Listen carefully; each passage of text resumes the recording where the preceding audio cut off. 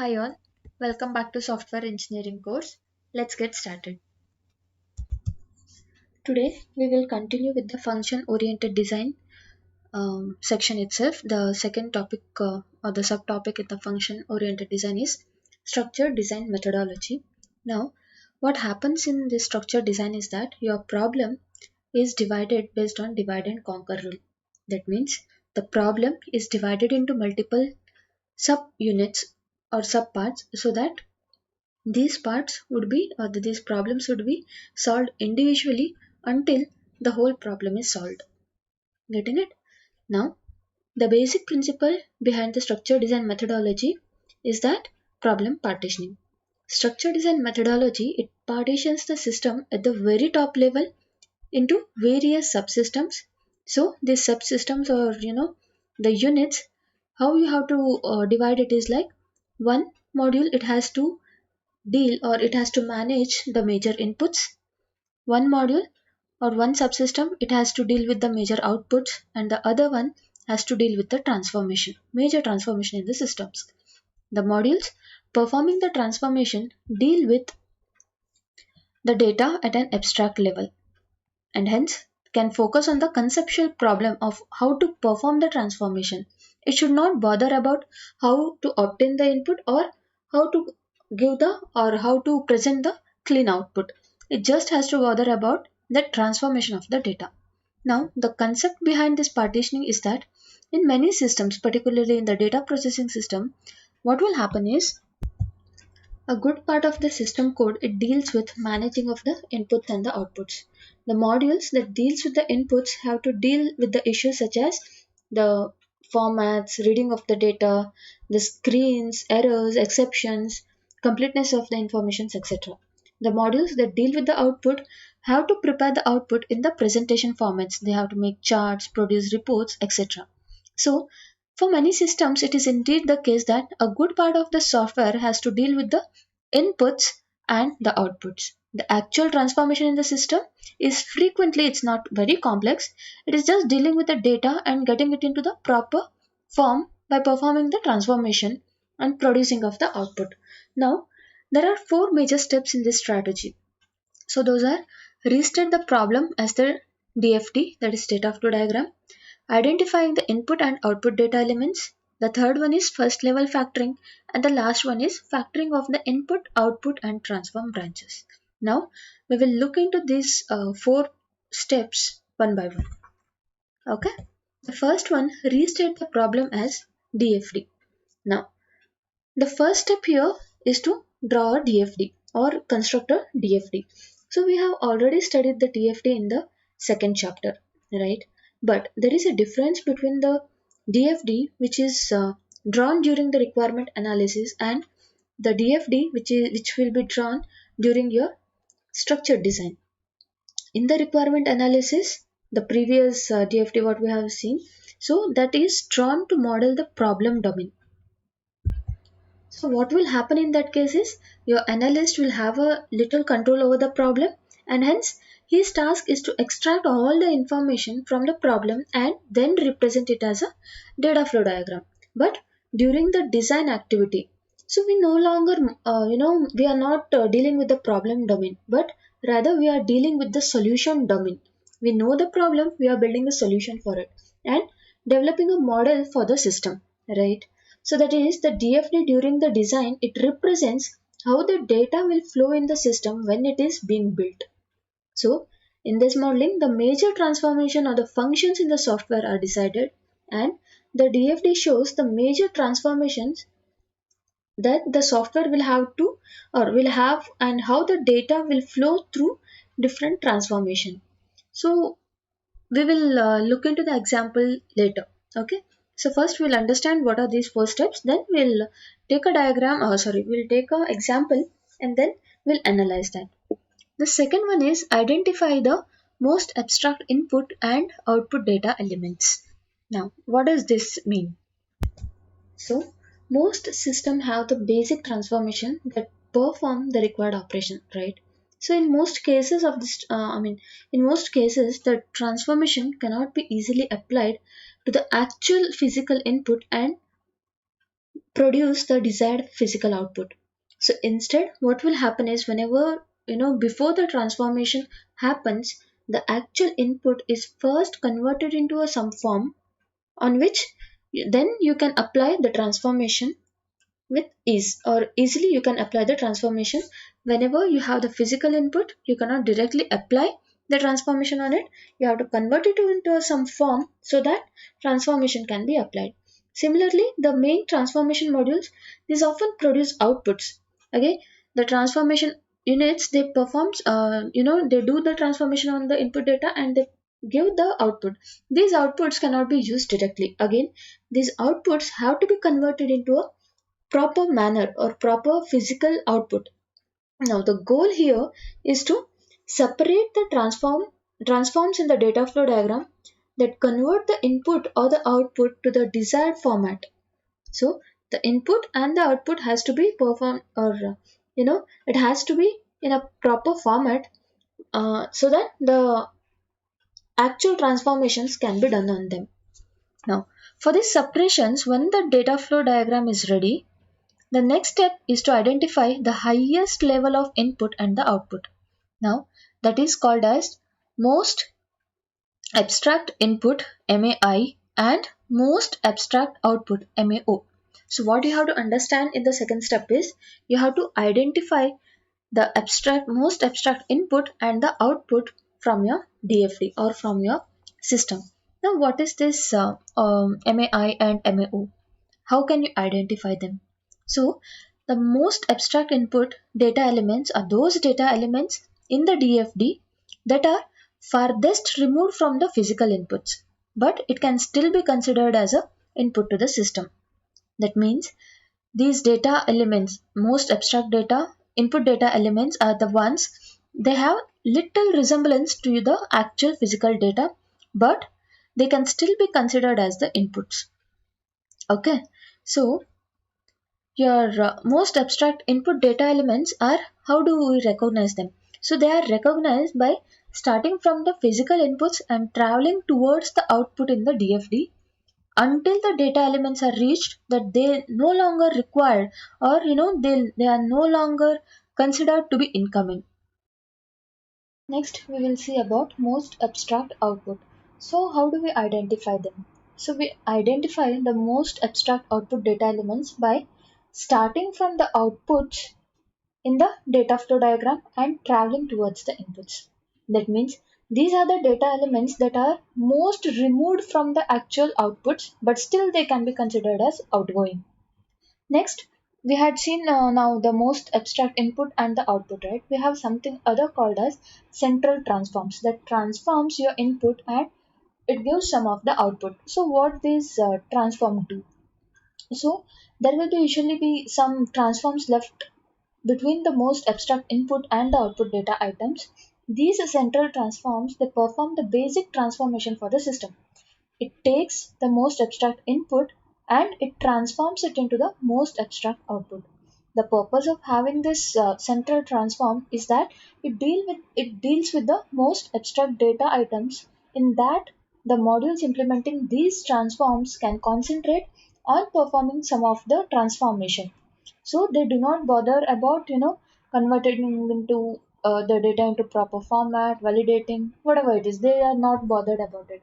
So the transforms, they just take the most abstract input, they do some process on that or some transformation on that, and they give us most abstract output. The next is first level factoring. So, having identified the central transforms, the most abstract input and the most abstract output data items, we are ready to identify some modules for the system. So, we first specify the main module whose purpose is to invoke the subordinates. The main module is therefore the coordinate module. So, it coordinates with its subordinates. For each of the most abstract input data items, an immediate subordinate module to the main module is specified. Again, each of these modules is an input module whose purpose is to deliver to the main module the most abstract data item for which it is created. Similarly, for the most abstract output data item, a subordinate module, that is an output module which accepts the data from the main module is specified. So in the diagram, how you have to draw is like, so the arrows connecting the input and the output subordinate modules should be labeled with respect to the abstract data item flowing in the proper direction. So once that is done, we have the central transform. So a module subordinate, for the each central transform, a specific module subordinate to the main is again specified. So these modules, what they will do is they transform the modules, they transform something. So whose purpose is to accept the data from the main module and then return the appropriate data back to the main module. So the data items coming to the transform module from the main module are on the incoming arcs of the corresponding transforms in the data flow diagram. So the data items returned are on the outgoing arcs of that transform. So we'll see an example, we'll see the notation, then you'll come to understand this one. Okay. So the last one is factoring the input, output and transform branches. The first level factoring, it results in a very high level structure where each subordinate module has to do a lot of processing or transformation to do. So to simplify these modules, whatever we identified in first level factoring, so what we can do here in the last step is the modules which we identified, they must be again factored into subordinate modules. So so that it will distribute the work of that particular module. So each of the input, output and transform modules must be considered for factoring. Let us take an example and see how this will work. Okay. So as an example, we will consider a problem of determining the number of different words in a input file. So we will now apply the structure design methodology steps on this particular problem. So the problem we have is we have a file, input file. That input file has n number of words. There are multiple words in that particular file. Those are all different words, or there could be some duplicates as well. Now what we have to do is like we have to check the input file. We have to then count the number of different words in that particular file, and the output should be we have to print how many how many different words are present in that particular file. So, the first step in the structure design methodology is restate the problem as a data flow diagram. Okay. So, whenever a problem is given to you, you have to restate that problem as a DFD. That means you have to draw a DFD for that particular problem. So, for our problem, that is determining the number of different words in an input file, this is a DFD. So, basically, I will call this as a word counting problem. So, for that word counting problem, this is a DFD. So what would happen is you have an input. So you give that input to a process called as get word list. Okay. So whenever you have this get word list, you take the input or input file and you give it to the sort the list process.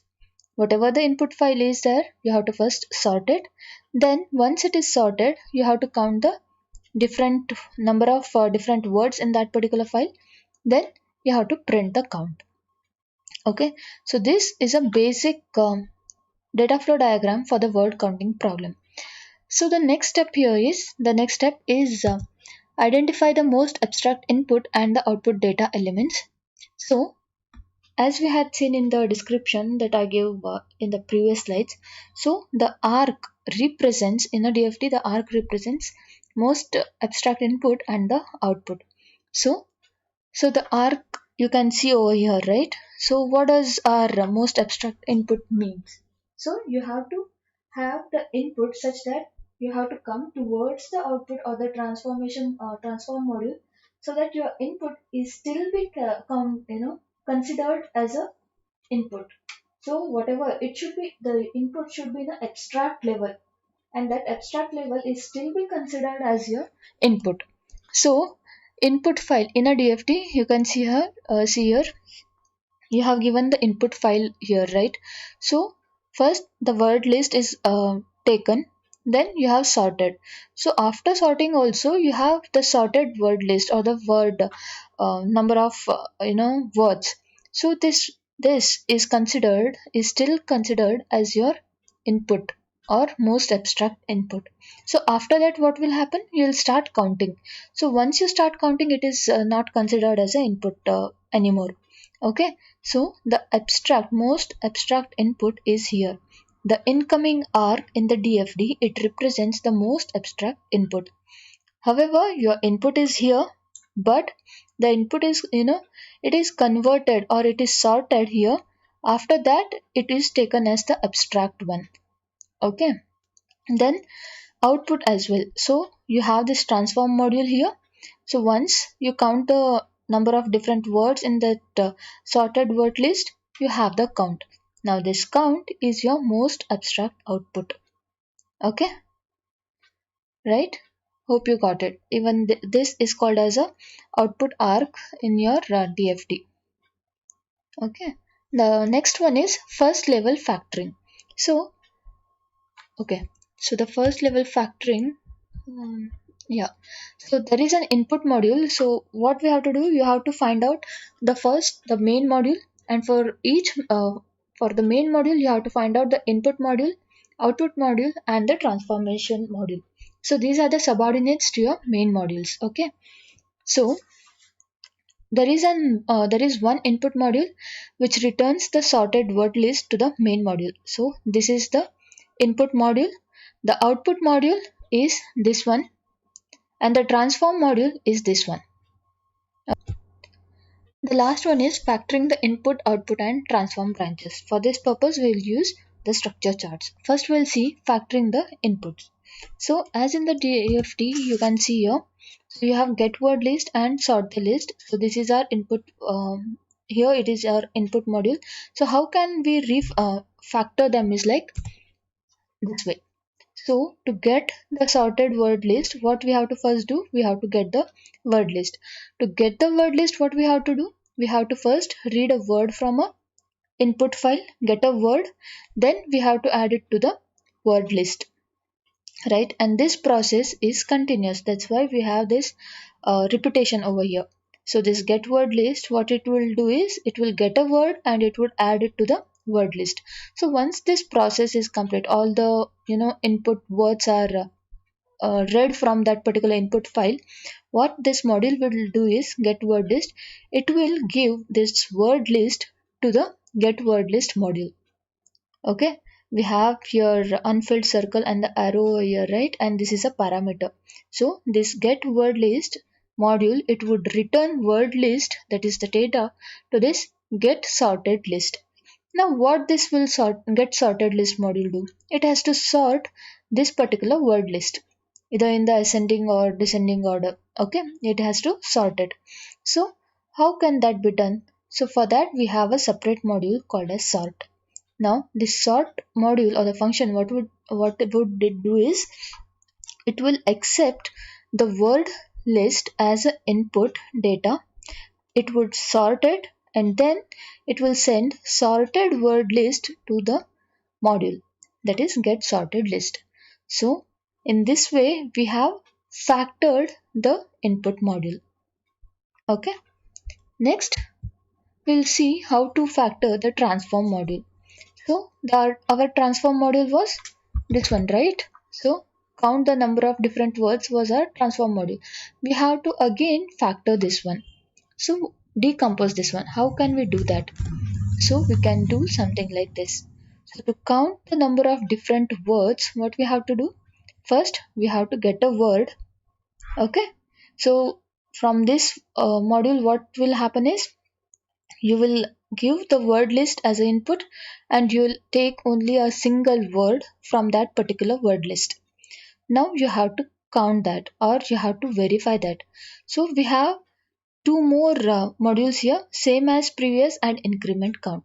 So this count number of different words module, what it would do, it would read a word from this module, that is get a word from module, and it will give that particular word to this particular same as previous module.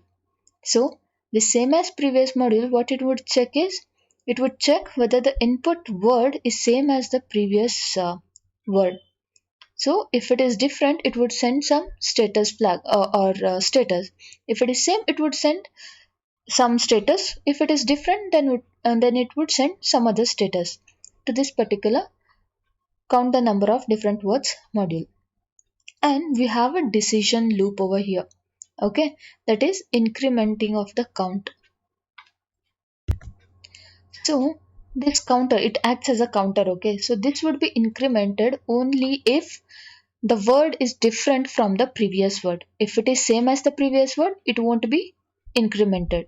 So this is a decision here, and the process, this module count number of different word module, what it does is it does this task repeatedly until your input file or your word list is empty. So this get a word, check if it is same as previous one, increment the count. So this would happen in a loop. Okay, so this is how you have factored the central transform. So we have not transformed the output. Why? Because we have only one output, that is your count. That's why we have not factored it. Let us consider another example of ATM. Okay, so for the ATM example, this is a DFD. So what would happen when you go to ATM? You enter, you want to withdraw. Say suppose you want to withdraw money. Okay, so this is for withdrawal of the money in your ATM. For that we have a DFD here. So before withdrawal, you need to your account has to be validated, right? So you'll insert the card, then you'll enter PIN, right? If it is validated, then only you can withdraw. So what would happen is, so first thing you would give the amount which you want to debit. Okay, so parallelly your account has to be validated, that is your account number and the PIN whatever you give, it has to be validated. So from the system database that would be validated. Now once this is done, your account number and the amount, these will be the input to your debiting of the amount, right? So here you have a arc over here, right? So this is a most abstract input. So your most abstract input for the ATM system is the amount which you want to debit, then your account number. Okay. So once you give these details, what would you do then? So you will debit particular amount. You will type in something like 1,000 rupees and you will take it, right? Then you have to retrieve, but while debiting your account record has to be retrieved, like if you have enough money or not, these things have to be done. So from how from where it will be done? From your account database. Now, so this debit amount and retrieve account record are your transformation modules. They are, these two modules are taking your input, that is most abstract input, they are doing some transformation and they are giving you the output. So what is the output? So it is a transaction complete, okay, or record transaction. Once your transaction is complete, you get the money, it has to be recorded, that one, as well as your account information has to be updated, amount has to be updated in your account. So the output, most abstract output, the arc over here, it says the transaction and new account, or this should be update account here. So these two are the most abstract output. Next, we'll see first level factoring of the ATM. So while describing first level factoring, I had told about you like some notations, right? So there should be an arrow. You should then have the the parameters or the data flowing, so that is represented via a structured chart. Okay, so whenever you have the most abstract input, central transforms, and the output, that is most abstract output, what you can do next is the first level factoring. What happens in a first level factoring? You would have a main module, then for the most abstract input you would be having again, again you have to decompose that most abstract input into different modules. So your get account number and get dollar amount are your two input modules. Retrieve account record and debit account are your transform modules. Update account and record transaction are your output modules. So how this will work is, your get account number, it would provide the account number to the main module. Get dollar amount, it will give the dollar amount or whatever the amount you want to retrieve to the main module. For the transformation module, your main module would send the account number and it would retrieve the record. Then particular whatever you have entered the amount, that amount would be debited from your account. Then for the output, a new account or the transaction updation would be done here. So this is an example for structured design methodology of your ATM system. So this is enough today. Tomorrow we'll start off with object oriented design. Okay, so let's end the session today. Thank you.